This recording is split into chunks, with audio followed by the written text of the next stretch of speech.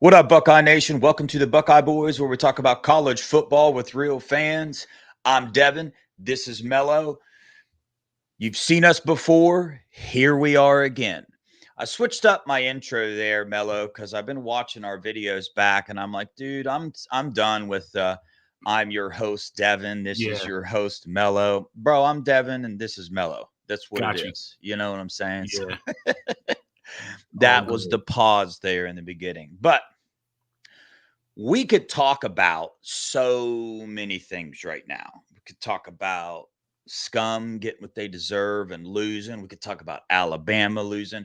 We could talk about the absolutely piss poor, horrible officiating throughout college football, but mainly in the Miami game. We're not going to do that. We're going to just dive right in to what our Buckeyes did. We have plenty of days throughout the week to dive into the rest of college football.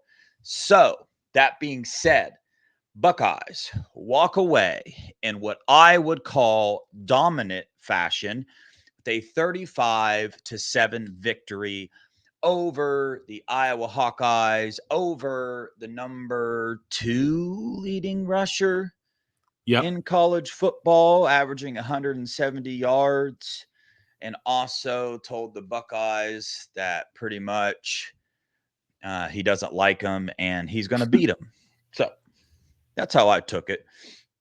It was funny because in the beginning of the game, one of the announcers was like, "Yeah, Caleb Johnson, whatever, was talking a little bit of smack to the Buckeyes."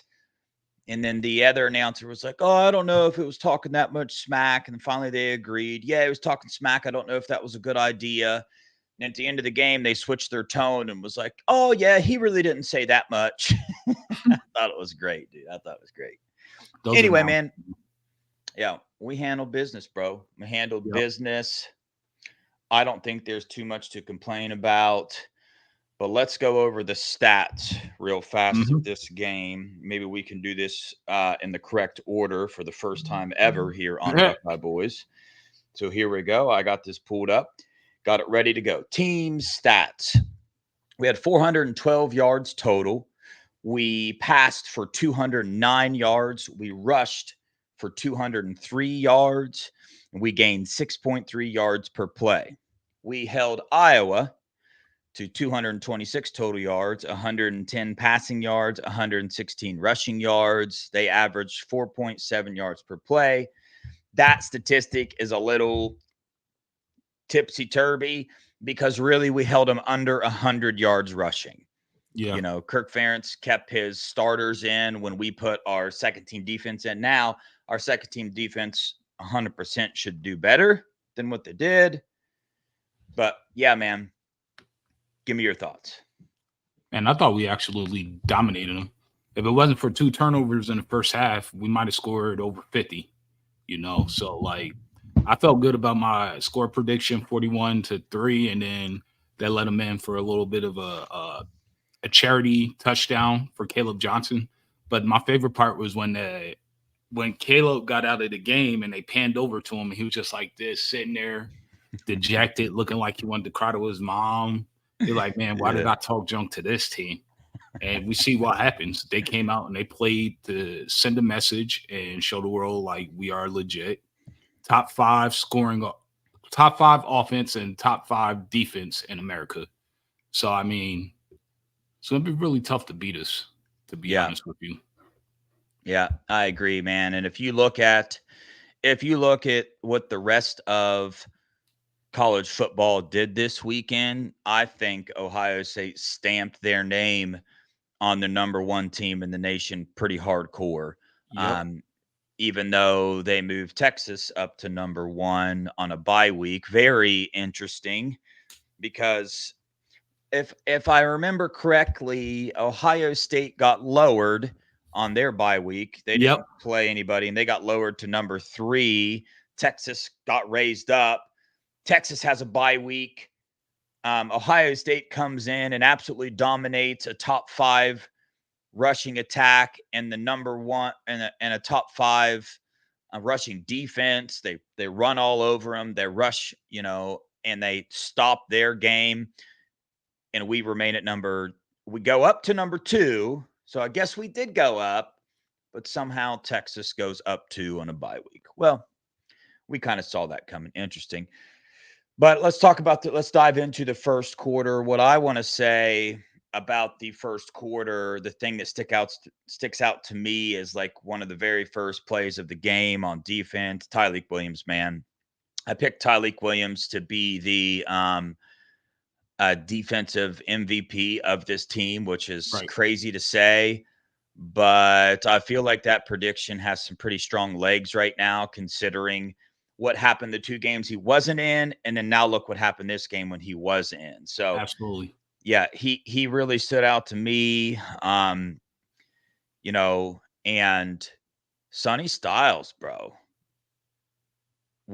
I am eating some of my thoughts and some of my words even because he honestly did what I expected him to do, to be honest with you. It took this amount of time. Now, I think Iowa's offense played into Sonny's hand perfectly. Like, Yeah. that's who Sonny is as a defensive player. We saw it.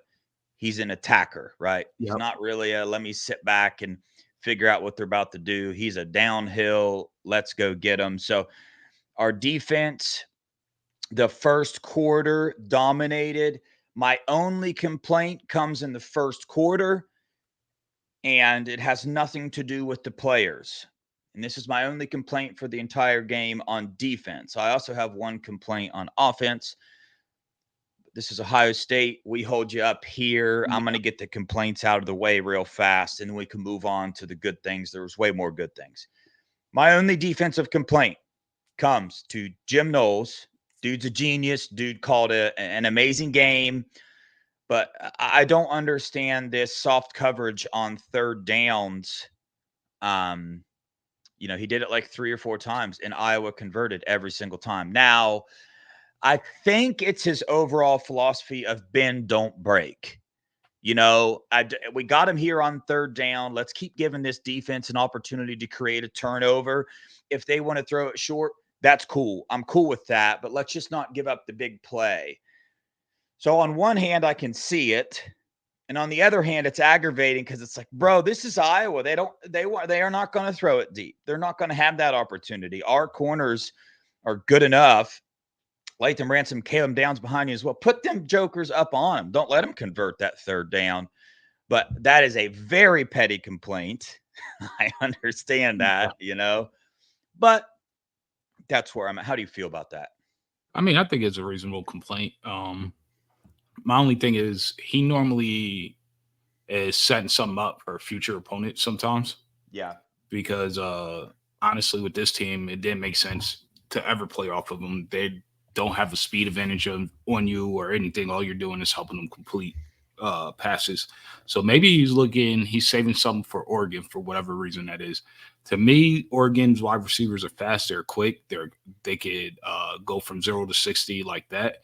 So me, I guess there's more than one way to skin a cat. For me, with this defense, I want to press that and disrupt them off the line of scrimmage and disrupt their timing and their route concepts, especially knowing that they have a 2.5 second rule for Dylan Gabriel to get the ball out of his hands. That's Yeah. gonna like it's coming out 2.5 naturally anyway because of how they rep.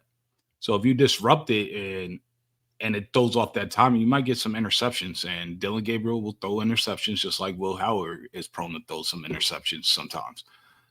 It's nothing. I mean, we don't want that to happen, but I mean, it is what it is at this point. So Yeah. maybe that's what he's looking at. I don't know. Yeah. Well, here's the other thing. The entire game, Cade McNamara had about 2 seconds to get rid of the ball. Yeah, That's the kind of pressure our defensive line has been putting on QBs. And to be quite honest with you, that's been their average all year. Go back and watch these other games. QBs are just getting rid of the ball so fast because they know that. So I have kind of taken a step back and I look at the overall picture. Our D line, I mean, they were on them, and yeah, then you look what happens when we do pressure them. Okay. There was an interception, then there was a fumble and a strip sack. You know what I'm saying? So when you do that press defense on the corners, it allows our D line to complete that pressure.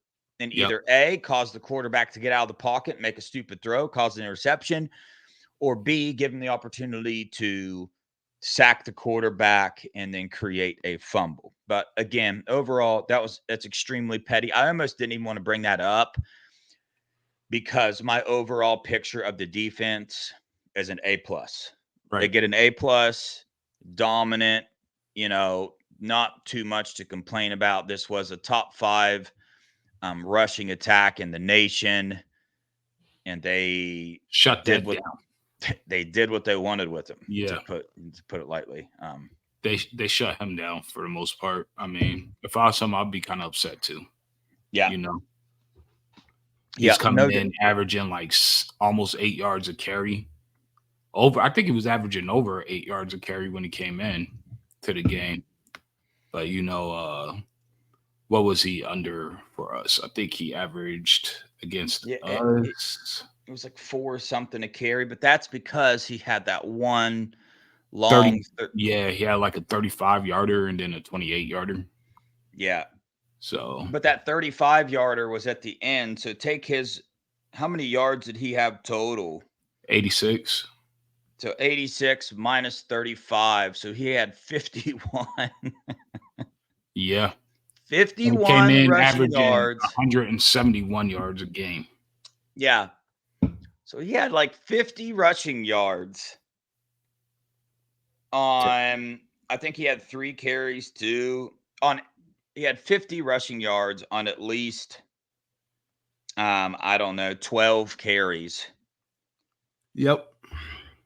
So, that's under 5 yards. But, anyway, we dominated. Tyleek Williams, Ty Hamilton, JT Tuimoloau, Jack Sawyer, Sonny Styles, Cody Simon.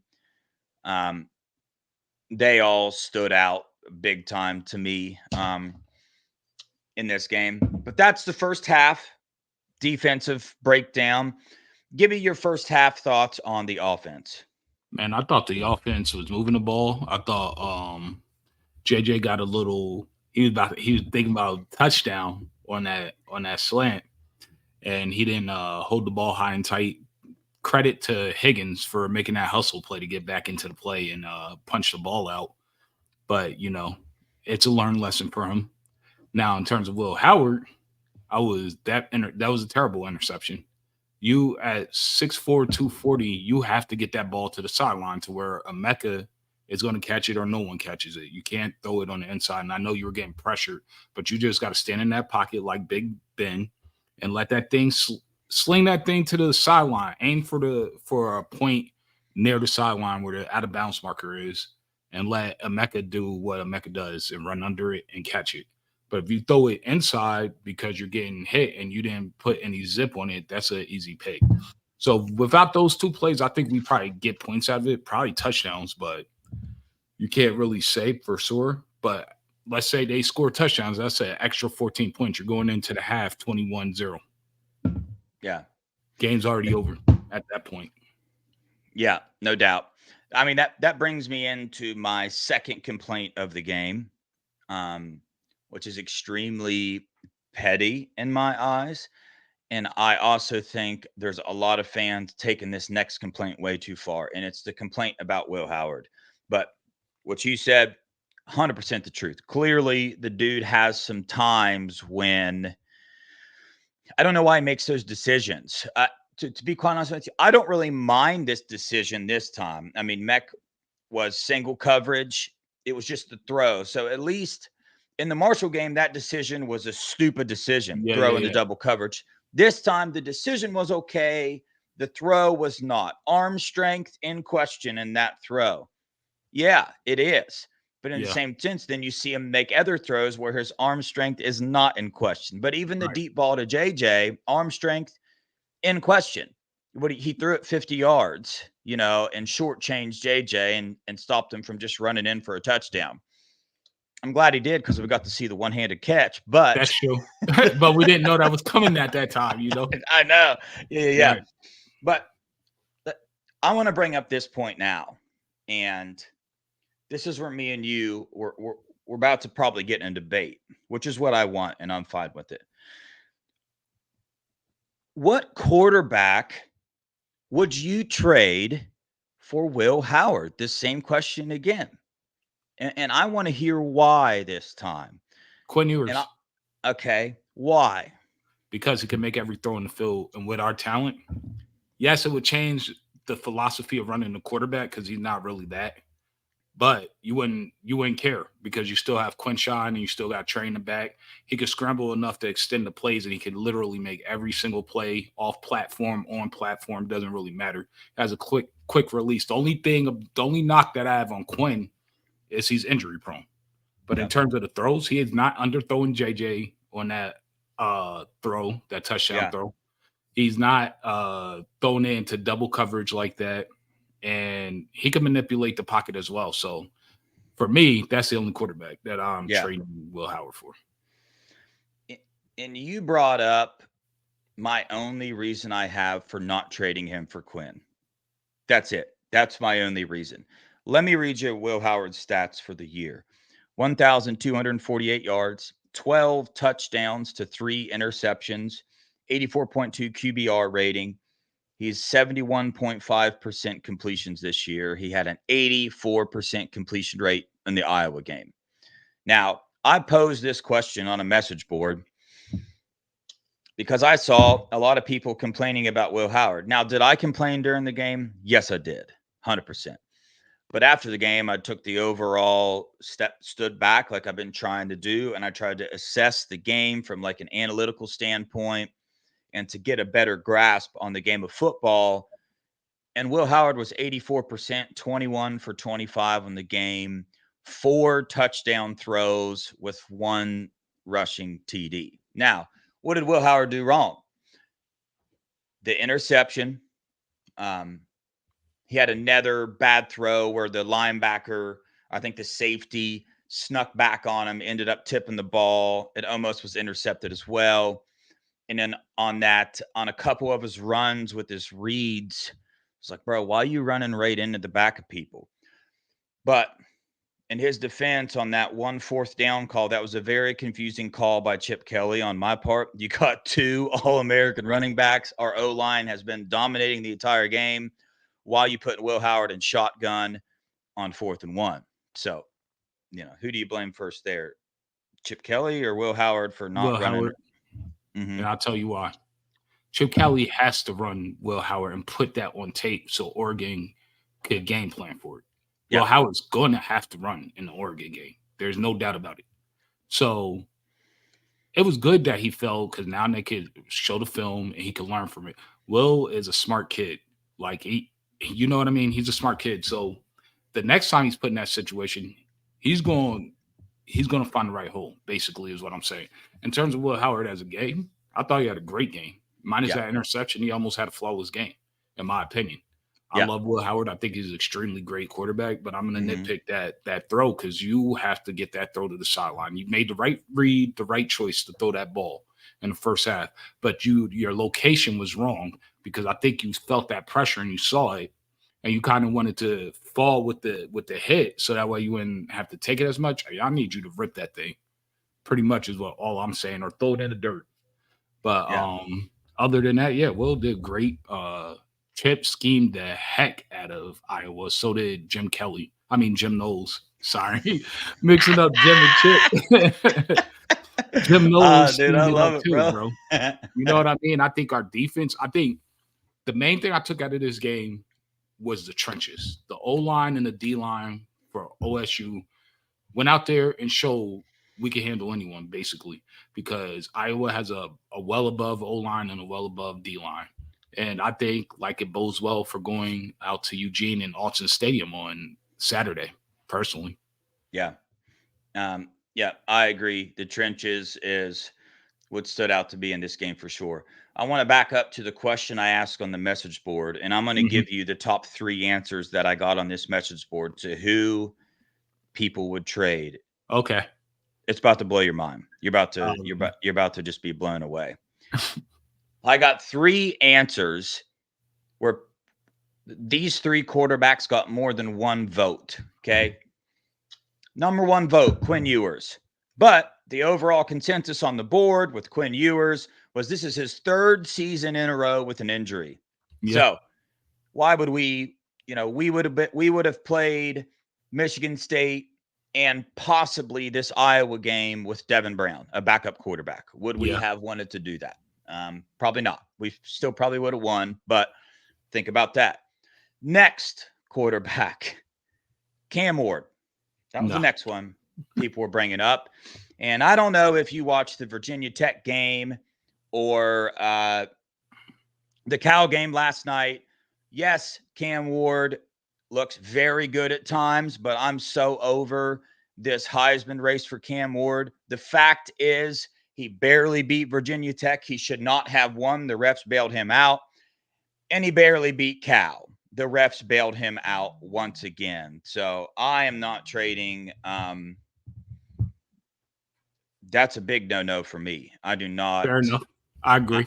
I'm not there with that. I'm just not. I think he's too like the interceptions Cam Ward throws are way worse than the ones Will Howard throws, in my opinion. This is this next one. It's the one you picked a while ago. Your first pick to replace Will Howard when I first asked you the question. Kyle McCord. That's the first. Nah, never. I'm sitting here like I only said one name. Where is he going with this? And I'm in my head like, hold on, did we have an off-camera Don't you remember? conversation? Don't you remember on the phone when I called you after the first game and you were like, "Dang, I wish we had Kyle McCord." Nah, Don't you? it's Oh, you never don't remember happened. that? Nah. I'm making that up. Okay, yeah, that's fair Yeah, enough. yeah. That's fair enough. I wouldn't Liter- trade any quarterback on the team for Hey, Kyle dude, I McCord. swear to you, hey, these people might have been trolling, and I thought that at first, but they literally responded with reasons why, because of what he's doing at Syracuse. Now, let me take a little sidebar here. Syracuse should not have won that game that they played that went into overtime. The officials, you're going to hear this a lot from me this year, and I guess I'm just going to become that person. The officiating in college football this year is absolutely pathetic. They are dictating games with, with reviews and play calls with how they want. The officials decide to call the most petty holding call I have ever seen. Was it holding? Yes, it was holding. But if you go back and watch, it's like, bruh, they Yeah. were doing it all game and they decided that to at the very end decide to call the most petty holding call and give Syracuse a chance to win the game. But the Kyle McCord, Will Howard, there's no comparison there, At man. all. There's Zero. Yeah, I'm not even going to get into it. That's all I'm going to say. Yeah. No comparison there. Okay, but I stick with Will Howard. I'm not trading him for anybody, but that's just me. Dive into the running backs, what we saw out of the running backs this game. No, let's start with the O line first. We already hit on it a little bit. Hmm. Um, Give me your thoughts on the O Complete line. and utter domination. Mm-hmm. They were hitting their double teams and getting off and getting up to the second level. They were pulling. They did everything we wanted to see. They played with tenacity and violence. They were very aggressive, and they were very intelligent in terms of how they played and how Seth called the plays and ID'd. So I mean, I loved how the O line played. I feel like this was their best and most complete game. And if we get this type of O line play, that's natty. It's over. Like just give us the trophy right now, mail it to Columbus at CC, Ryan Day, and Chip Kelly, and put to the whack. Go ahead and print those banners because it's over. Nobody is going to stop this team. The line playing like that. I felt like the running backs used good vision. They had great patience to let the blockers get to their assignments and create holes. And they ran hard. My favorite run was obviously Trey Henderson, first quarter. I think it was his second rush or his third rush. And he just hit the truck stick, boom, lowered his head, fell forward for an additional 2 to 3 yards. And that brings me back to the spring game when Trey was running the ball and the ref blew it down. He was like, hey, don't blow it so quick. Let him get another 2 or 3 yards. You got to account for him falling forward because he always falls forward. And that's immediately what I thought because he trucked that dude and fell forward. Yeah. I've got somebody just blowing, just repeatedly calling me right now. I do apologize, but dude, the O line, I can't get over Seth, bro, and how dominant he was in this game. But honestly, the person who I'm most excited about was Tegra Shabola.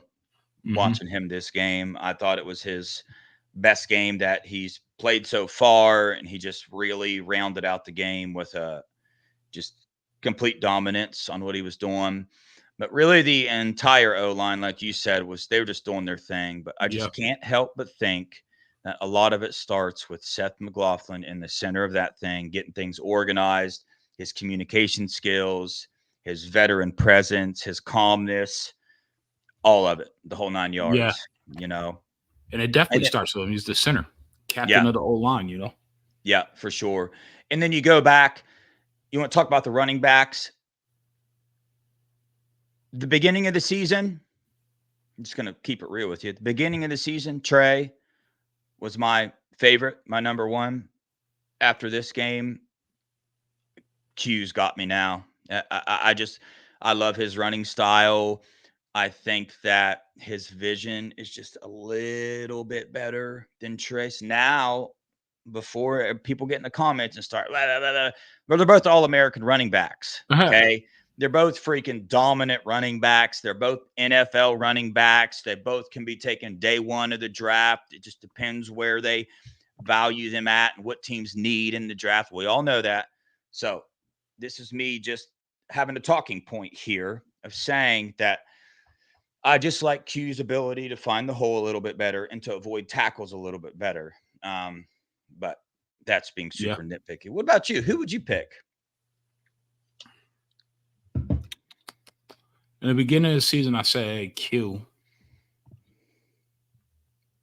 I picked both of them, and really, it all depends on the game and who has the hot hand. But in the beginning of the season, I picked Q, just because if you go back and watch that Ole Miss UGA game last year, man, he put Ole Miss on his back. I was just like, nah, we doing this.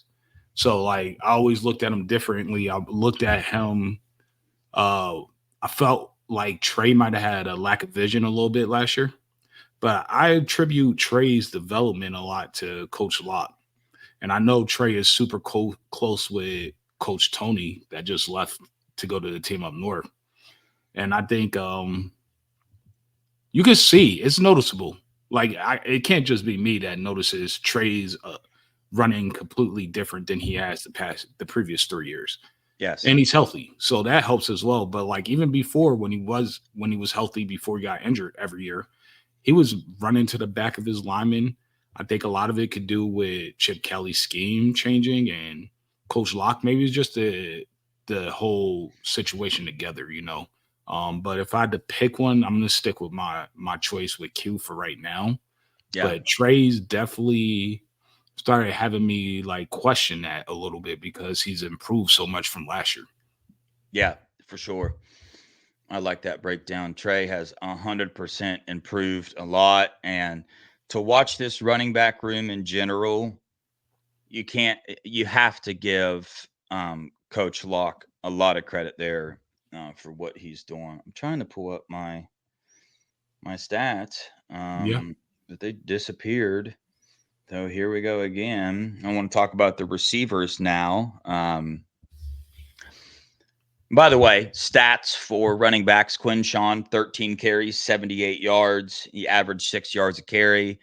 Trey had 11 carries for 61 yards, averaged 5.5 yards per carry. So every time they touch the ball, there's a chance to just boom, be yeah, absolutely gone.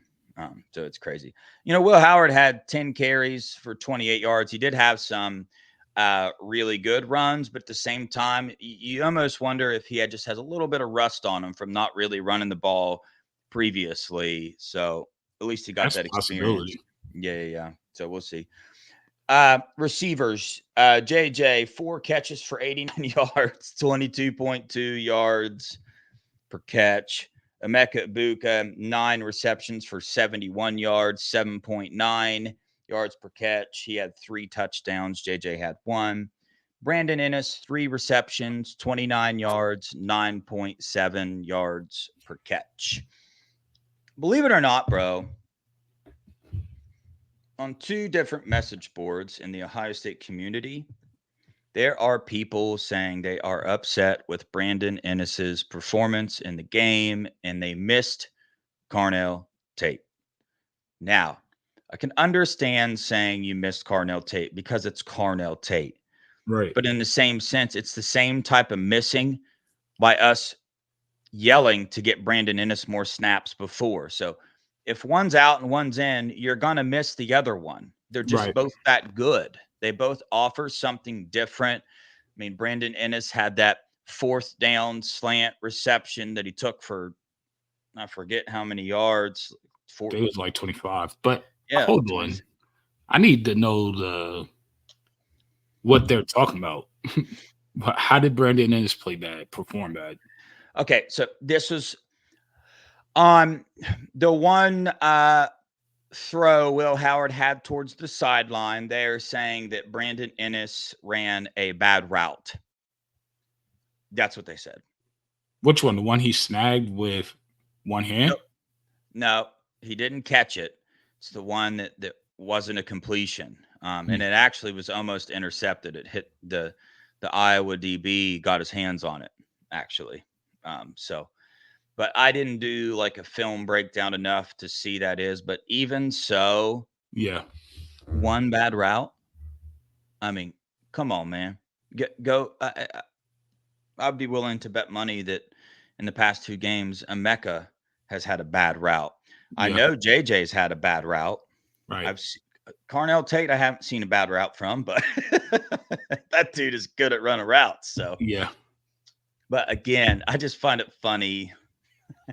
That's why I like bringing different people on the show and getting different perspectives because Right. it's changed my perspective how I break down games now. I take Yeah. a step back and I look at it, and I was always looking at games like Ohio State needs to be perfect. But take a step back, bro. 5 of the top 11 teams in the country this weekend lost to unranked opponents. Listen to that stat. And please now let me hear you complain about what the Buckeyes did against Iowa. You know what I Try it. think? I think a lot of the complaints, and they just hit me just now. Been a Buckeye fan for as long as I can remember, but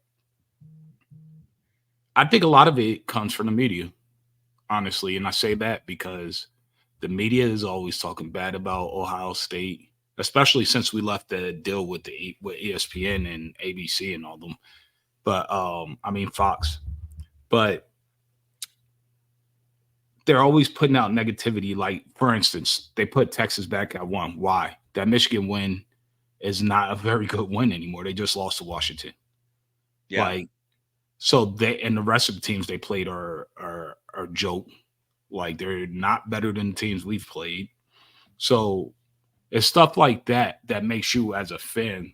It has to be perfect so that way we get our respect. It has to be this. No, after we beat Oregon this weekend, we'll be number one. It doesn't matter who the hell Texas plays or how much they win back by. If we win and beat Oregon by 1, which I'm not saying that's what we're going to do, we're going to be number one. And then we're Yeah. just going to continue to win out. The SEC is not looking like like the strongest conference right now. To me, the Big Ten is the best conference this season. I'm not Yeah. going over the last 10 years or a history of it because if we're going to do that, then the Big Ten owned the 90s and the early 2000s. So we're not going to play this what happened previously. We're talking about this year right now. The Big Ten has better teams. Look at the records. Big Ten has the most undefeated teams out of any conference. So at the end of the day, we'll be fine. Just handle business. I'm actually glad we're at 2 because now Me they too. got something to use all week. Like, they don't even respect you. Texas was idle and Yeah. they moved up. And the only good win that they have, which isn't even a good win, is against the team up north. You guys beat Marshall. You guys beat Michigan State. You guys beat freaking Iowa now, which has one of the top defenses in America. Maybe their offense is pedestrian, but they did have the number 2 rushing running back in the country, and he did absolutely nada. So at the end of the day, they could use that and just go ahead this week and go out there and hopefully just over dominate Oregon on both lines of scrimmages and all facets of the game, and then Yeah. just take the number one spot and just run with it. Yeah. Part of me hopes we remain number 2 all year. Actually, if you really want to know, part of me hopes that we get the number 5 seed for the playoffs. It's not going to happen, but um, I think you. now, I think you're alone on that one. I don't think the team wants that. I think the team wants that. no, Prefers that they bye. don't. Let me tell you. You brought up a perfect point because it was actually my next talking point because I wanted to bring this up. I'm Yeah. going to read you what ESCCPN put out. Okay, this is the Yeah. title of the article. Sluggish day for top teams. Number 3, Ohio State, had a little trouble swatting away Iowa. Still, it had to feel like a loss for the Buckeyes, who are the first ranked team to allow points to Iowa's offense since Scum surrendered 2 touchdowns in the win over the Hawkeyes in week 5 of 2022. That is Nah, what that can't be, bro. I swear to God. What? Right What there. a joke. The next one they have is number 5, Georgia. A sluggish team. They put responded to last week's loss to Alabama with an entirely reasonable 31-13 win over Auburn. That's how the article starts out for Georgia. Now, okay, let's back up a little bit here because I don't know if you saw, but USC lost to Minnesota. Okay, so Scum was ranked number 10 because they were really going off of their USC win because they dominated them or whatever they want to say. They just lost to Minnesota. Okay, now I think that finally they brought Scum down to like the number 24 ranked team in the nation or something like that. That day, that's awesome. Yeah, and I don't even know how you still possibly have them ranked.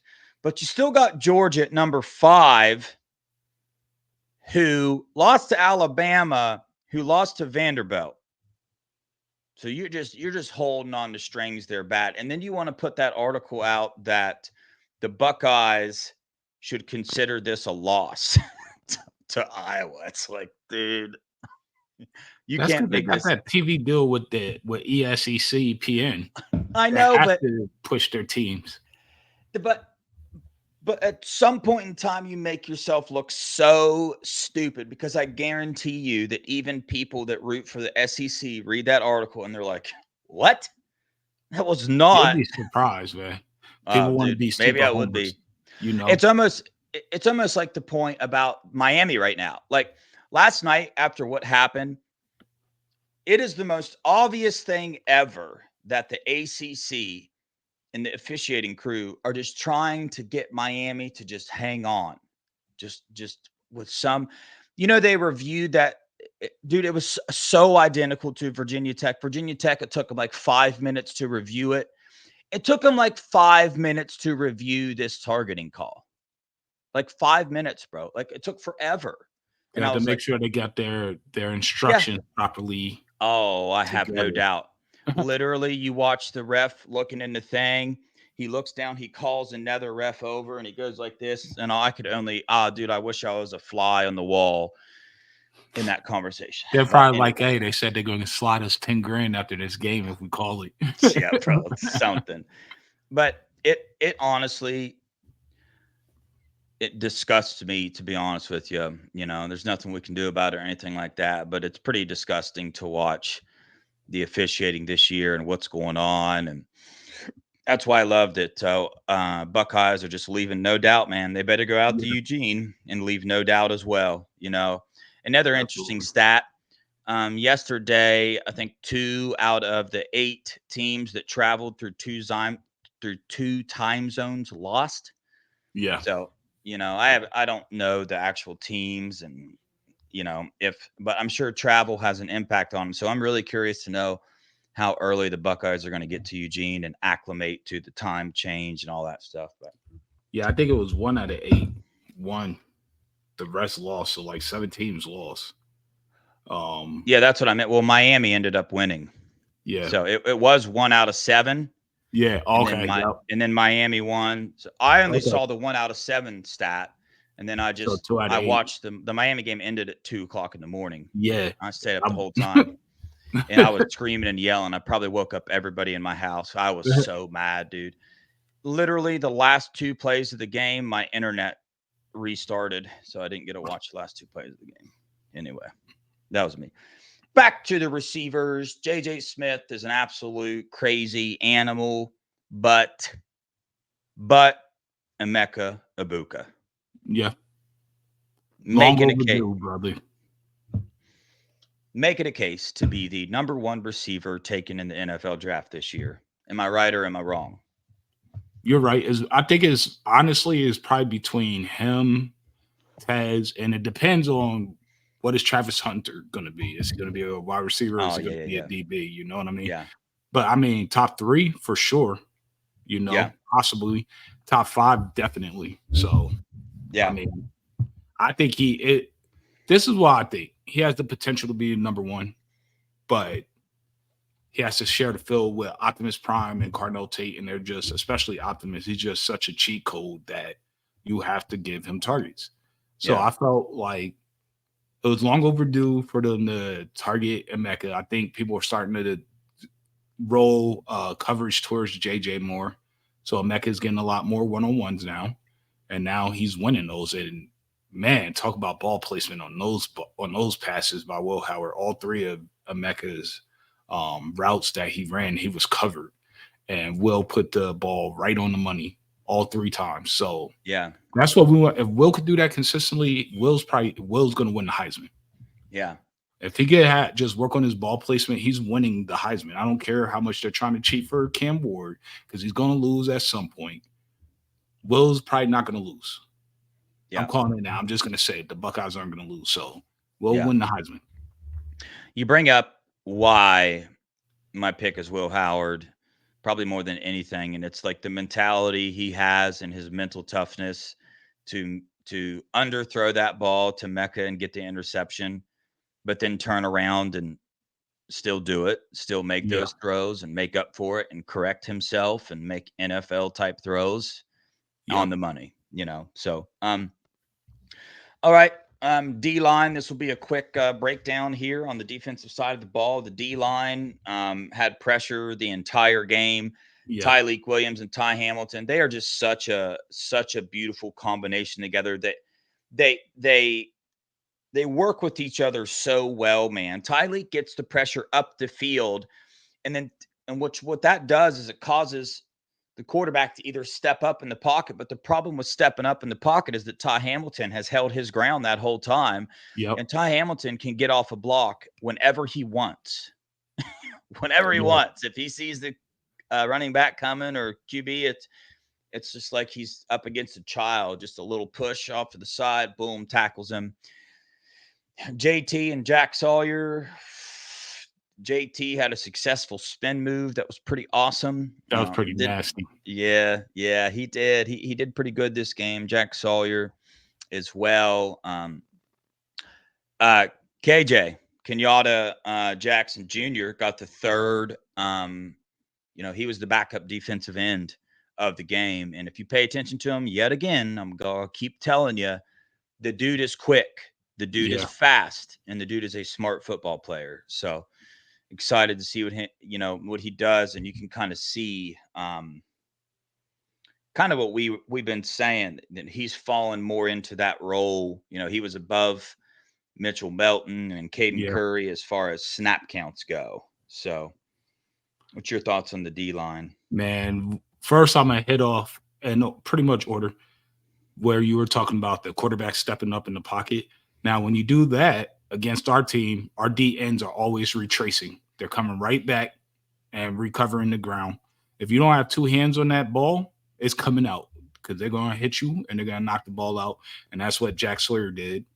And KJ got to recover the ball one time off of them hitting his arm. So Jack, 2 fumbles on Caden McNamara, One was off a retrace from Jack Sawyer. Another one, who was it? Was it Tyleek or was it Ty? Ty. It was Ty Hamilton, right? That hit Yep. his arm. And Yep. then KJ recovered that. And that's the whole, he's going to step up in the pocket, but the pocket's collapsing from the sides, from the DNs, and then up the middle from the DTs. So when you're stepping up, somebody's retracing, you're going to get hit. You got to get rid of that ball. Now, the good thing, I bring that up because if you watch Dylan Gabriel, he sometimes when he's maneuvering in the pocket, he has one hand on the ball. So I think we could get some turnovers there. There's opportunities. Yeah. The spin move, we talked about this earlier. I don't know which one of our pods it was, if it was on the Ohio pod or if it's on our channel, but we're talking about how JT was an elite basketball player. And that spin move is what he was doing in the post. So, like, Yeah. that's That straight post move. basketball. You know, you ball, you play some Yeah. basketball, Yeah. you know that spin move is deadly. Yeah. If you do it, it's going to work 9 Mm-hmm. out of 10 times when you're playing Yeah. somebody if you do it properly. And you see him going ahead and coming at you with the power, and then that's his speed right there. He's going speed to power, but he's doing it backwards. He's doing power to speed. He's coming and he's bull rushing you, and then he's spinning off of you as you're falling back. Yeah. And that disengages from the block. And whenever you see JT hit that spin move, you know he's locked in. He's about to have a phenomenal game. So I want to see some spin moves in Oregon because I know good things are coming. Yeah. Yeah, so that's what I have to say about that. Pretty much, I think the D line was dominant. I expect it to continue, and it was a beautiful thing to watch. Yeah. I want to take a step back. We forgot a position group in offense, Okay. tight ends. And I'm just going to read probably what people are most wanting to know. G. Scott had 41 snaps. Will Kazmarek had 24.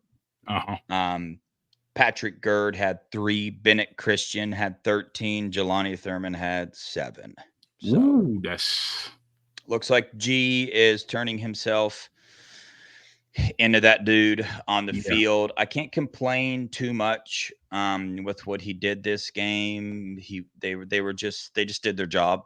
That's it. Which at this point in time in the season, okay, I'm we'll fine with take it. it. Whatever. Yeah, I'll take it. I mean, we got so many weapons and whatnot. So back to defense. We'll hit the linebackers right now. Cody Simon, another petty complaint from Devan here. Missed a couple tackles, but overall, very well. I Very, mean, you very. can't. Let's hold up. Don't do that to yourself. That's not petty. Those missed tackles add up, especially against a team like Oregon, where their receivers are so explosive. Their tight end Yeah. Ferguson it's about to be the best tight end we're going to face probably the whole season. Actually, I personally think he's better than Colson Loveland. So he's at least having a better season than Colson Loveland. Yeah. So those missed tackles could kill you. So go ahead. I mean, his missed tackle led to a 28-yard run from Caleb Johnson, the only long run he had. I mean, and he was squared up to him face to face, and it was just a weak. He didn't attack him. He just grabbed and fell back. They got Sonny got his hands on him too, that play a little bit, but Sonny was being blocked, so I don't really consider that a missed tackle. But yeah, that's my biggest thing for Cody. And then Cody had that tackle on the tight end where he didn't bring him down. So he got to fight for the first down. So, I mean, Cody did good, but he needs to work on that tackling, man. That's an obvious part of his game that he needs to work on. Now, Sonny Styles needed to work on it too, but he figured it out this game. Sonny's tackles were driving people backwards. That's the study we need to see. That's bro. How Sonny played right there. We need that every game. Yeah. Because that's going to take us where we need to be this year and beyond in terms of recruiting. And he did it. Sonny had a phenomenal game at the right time with Riley there, Pettijohn, and TJ there, Tavares Alford. So like it was the perfect time for him to show up and show out. Yeah. Right in front of the spectators you want him to show up and show out for. And in a crucial game that we needed against the second leading rusher in America. Yeah. I'm going to cheat. Go ahead. For our little thing that we do at the end of the show where we pick 3. And you're trying to pick one right now? Nah, I can't do that. Okay, I won't do it. Arvell Reese did his thing in there. But here's what I want to bring up. Snap counts, linebackers. Here we go. Cody Simon, 38. Sonny Styles, 40. Arvell Reese, 31. CJ Hicks, 8. Peyton Pierce, 4. Gabe You forgot Powers, somebody. 0.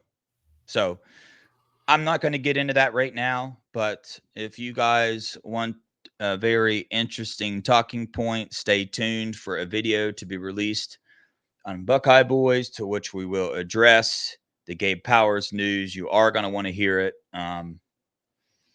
It's very upsetting to me. I'm not very happy with it, but I'm digging in, trying to find a little more information about the situation, what's going on. But we'll let you know, man.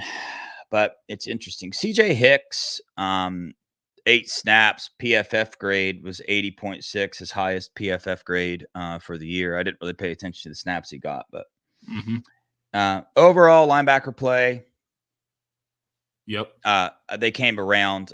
I can't. The only thing I can see people complaining about is the missed tackles by Cody Simon. So I'll that's give about him it A there. minus. A-. Gotcha. Yeah. Defensive backs. Iggy turned it around from the last game. You know what I mean? What'd he Yeah, do? He got his he got head that around. head around, baby. Yes. Yeah, he got that head around there. Denzel played a good, solid game. There's some times when they threw in his area. One time he was playing pretty soft coverage, and he went to break on the route, and he slipped. Yeah. I believe that he definitely would have broke that pass up if he wouldn't have slipped. And on that note, the turf monster came in again and screwed a lot of stuff up. JT slipped one time. He had a wide open sack, slipped and fell. Will Howard was going to cut Yep. back on one of his runs and Yep. easily get the first down, slipped and fell. So how many Yeah, and that led slips to is the it? fourth down, the one fourth down that he didn't get when we rushed, didn't it? Wasn't that the play right before that fourth Oh, it down was. Yeah, previously? it was. Yeah. So Ohio State, how many more times do you need to see a player slip before you address the issue, unless it's an unaddressable issue that I'm unaware of, unless that's a I think it's safety thing. unaddressable. And the reason it's unaddressable, they signed a contract to have that turf for Yeah. 10 years. So that's why it's unaddressable. Yeah. But I Well, mean, just pay the damn fine. You're Ohio that's what I'm State. Pay the saying. fine That's and what I'm get rid of the saying. turf. That's what I'm saying. I don't.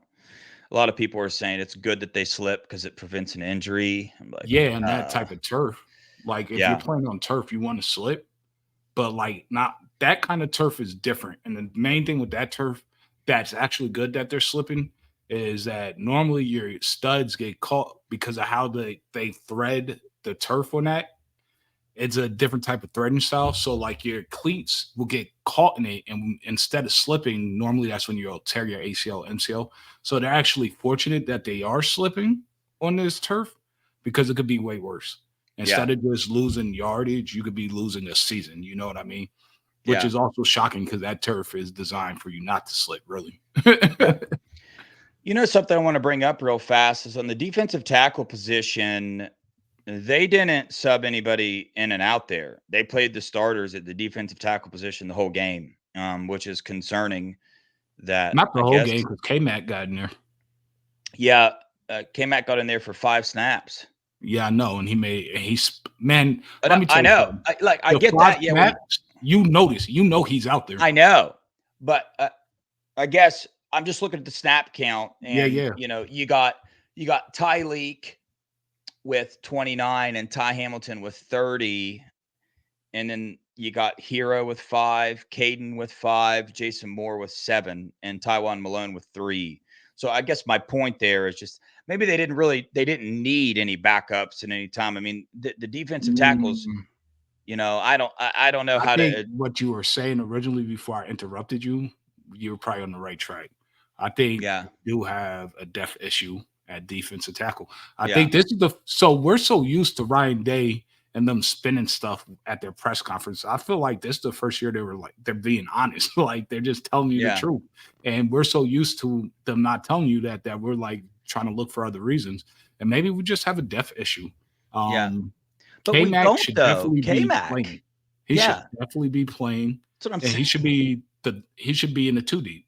He should be the first one coming in to spell Tyleek or Ty. Yeah, So he was last game, but this unless we're game in was. the Rushman package, if we're in the We Rushman saw a package, lot then of the that's Rushman different. package this game, by the way, a lot of Yeah, it. I mean, I saw a play where they had J.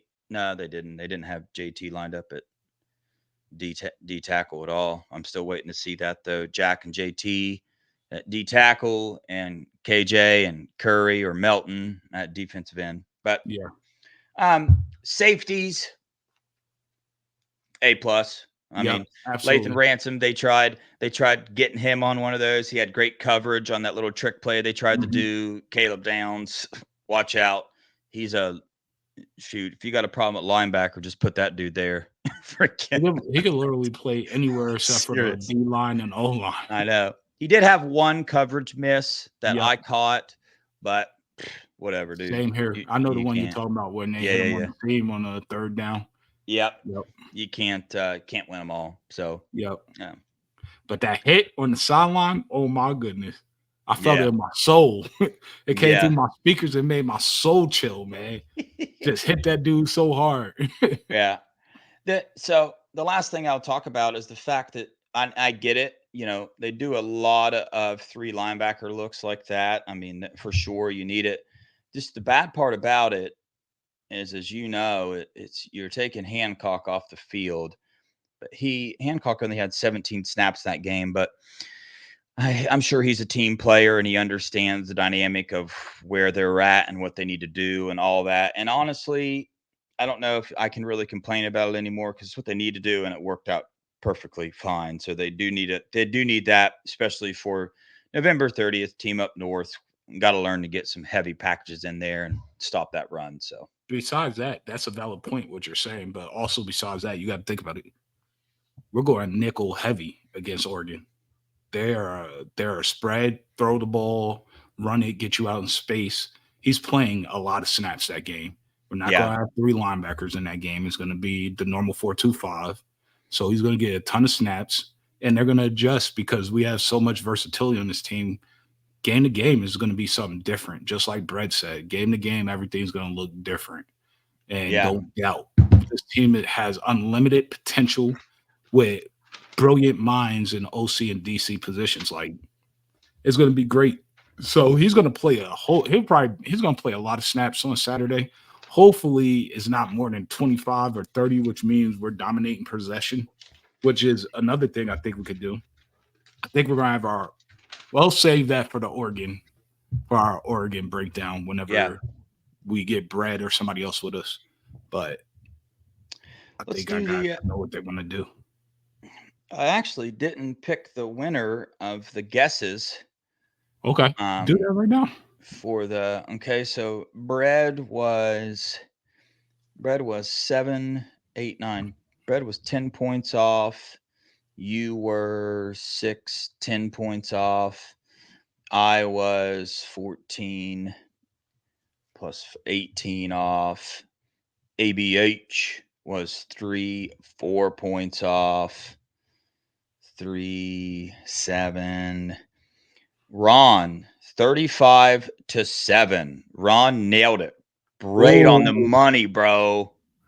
when I Dang. chicken dinner. Ron, all I wrote down was Ron. So if you got a screen name Ron and you want to claim a shirt, I bro. think it's Ron Piles. That's Okay, his Ron screen name. Piles hit Pyles. the nail straight on the head, bruh. Let's see. JJ McKay was pretty close at 38-9. Dennis guessed 33-10. That was pretty darn close. Mr. Bucknuts 31-9. That was pretty close. Aham Ahmad Taylor 34-10. That was pretty darn close. So yeah. I was really off with my prediction as well. You and Doug were way closer with the rushing and passing statistics. I guessed 400 yards passing, 150 rushing. So it was more of, you guys were way What more did on me and point. that? What did me and Doug guess? Do you got that? So you guessed 150. You were the closest. I remember going over it last night. I rewatched our video. you were the closest on your yardage predictions for sure, because you guessed them at 400 yards of offense total, and they had what, 40, 418, Yeah. 407.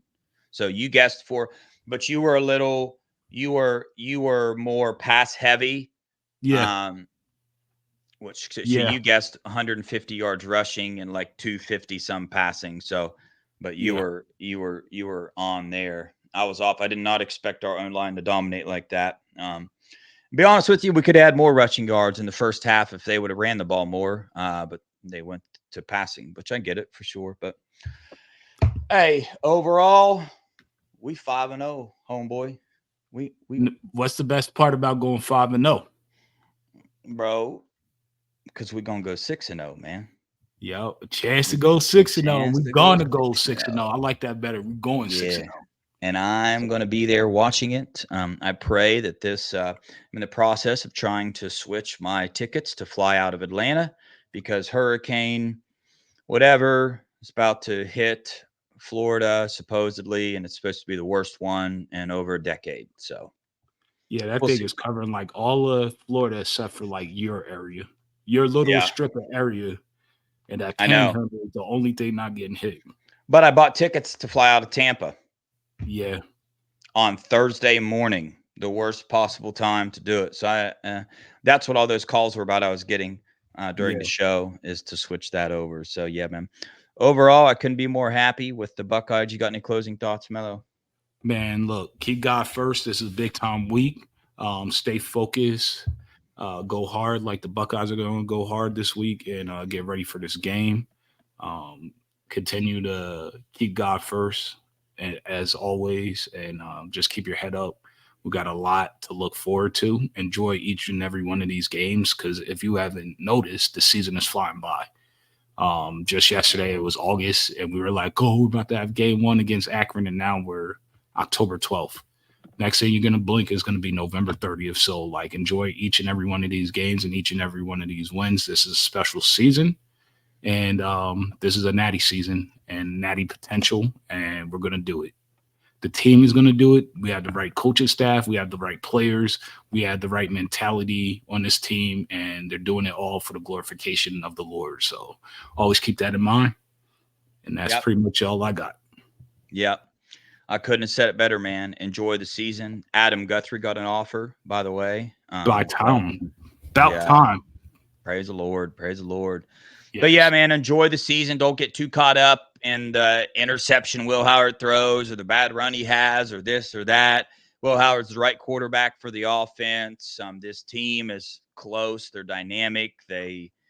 Coaches are, I mean, dude, enjoy the season. Don't get caught up in the negative stuff of it because, I can see a once in a lifetime season that we're having right now with this amount of Absolutely. talent around us and stuff, man. Enjoy it. Enjoy it. Enjoy it.